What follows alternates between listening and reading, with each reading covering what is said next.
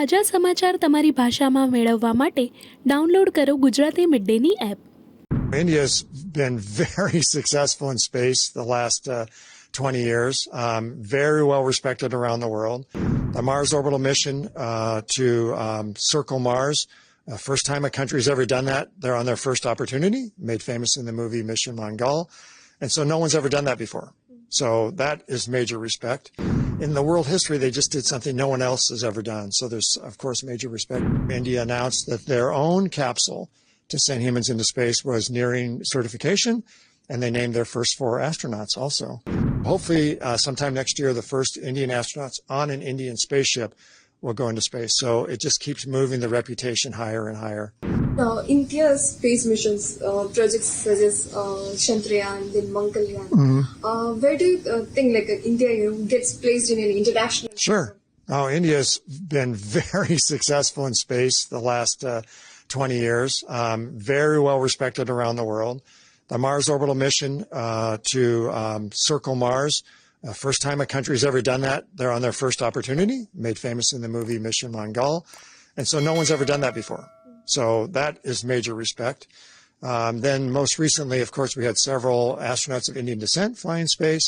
And then we had the landing on the moon last year by India. And it landed on a polar region, which no one's ever done before. So again, in the world history, they just did something no one else has ever done. So there's, of course, major respect by that. And then just 4 or 5 months later, India announced that their own capsule to send humans into space was nearing certification, and they named their first 4 astronauts also. And so hopefully sometime next year, the first Indian astronauts on an Indian spaceship will go into space. So it just keeps moving the reputation higher and higher. So what do you think it's going to happen after this generative AI conclave? This is India's first international conclave that's happening in Kochi. So what do you think that's going to happen? What would be the lessons? What would be the outcomes, after this? Sure. So I think what we'll see happen with generative AI is that it will improve our lives and the lives here in Kerala and Kochi and all of India in ways we can't even imagine.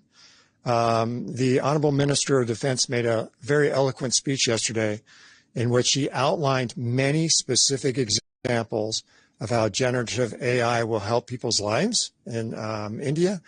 For example, the use of water, disaster response, et cetera, et cetera.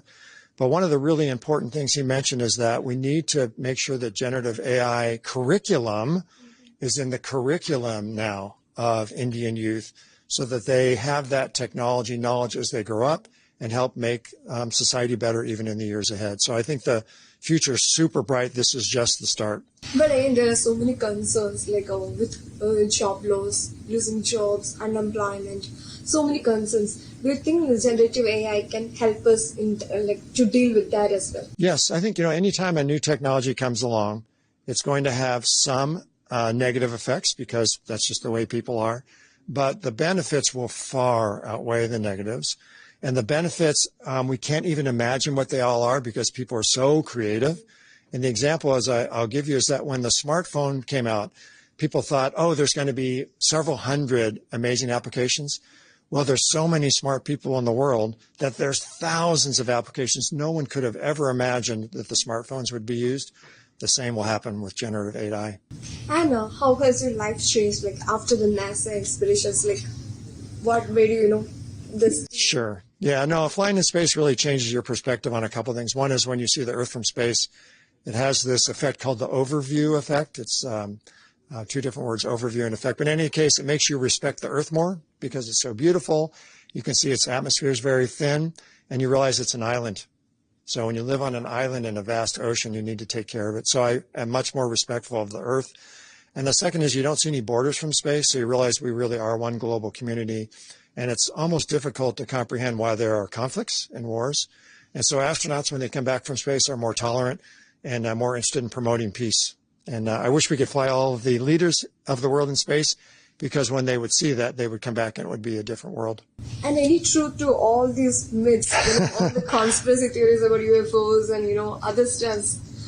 Yeah, so it's the most common question now. The Hubble Space Telescope has told us that there are maybe 1 trillion galaxies in the universe. And each galaxy, if it's like ours, has hundreds of billions of stars.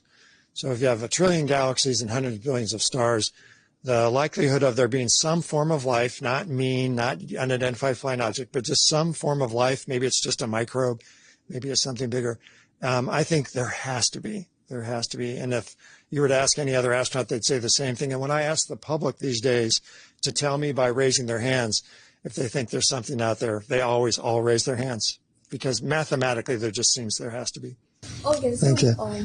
About generative AI, like influencing, India or even United States in the upcoming space programs or space missions. Yes, so I think generative AI is going to have applications across our society, as the Honorable Chief Minister said yesterday. But in space, it will help automate certain things so that we don't have to spend the astronauts' time doing mundane things or dangerous things. So we'll be seeing an increase in the ability to automate things. But also, I think there's so much information to process about the Earth that generative AI will be used to help us understand the Earth's climate and weather better. I mean, to this day, we can still kind of guess what the weather's going to be like. But I think with generative AI, we'll know much better exactly what time things will happen and geographically where it would happen. Subscribe કરો Gujarati mid day. Bell icon પર click કરીને મેળવો તમામ વિડીયોના direct notification.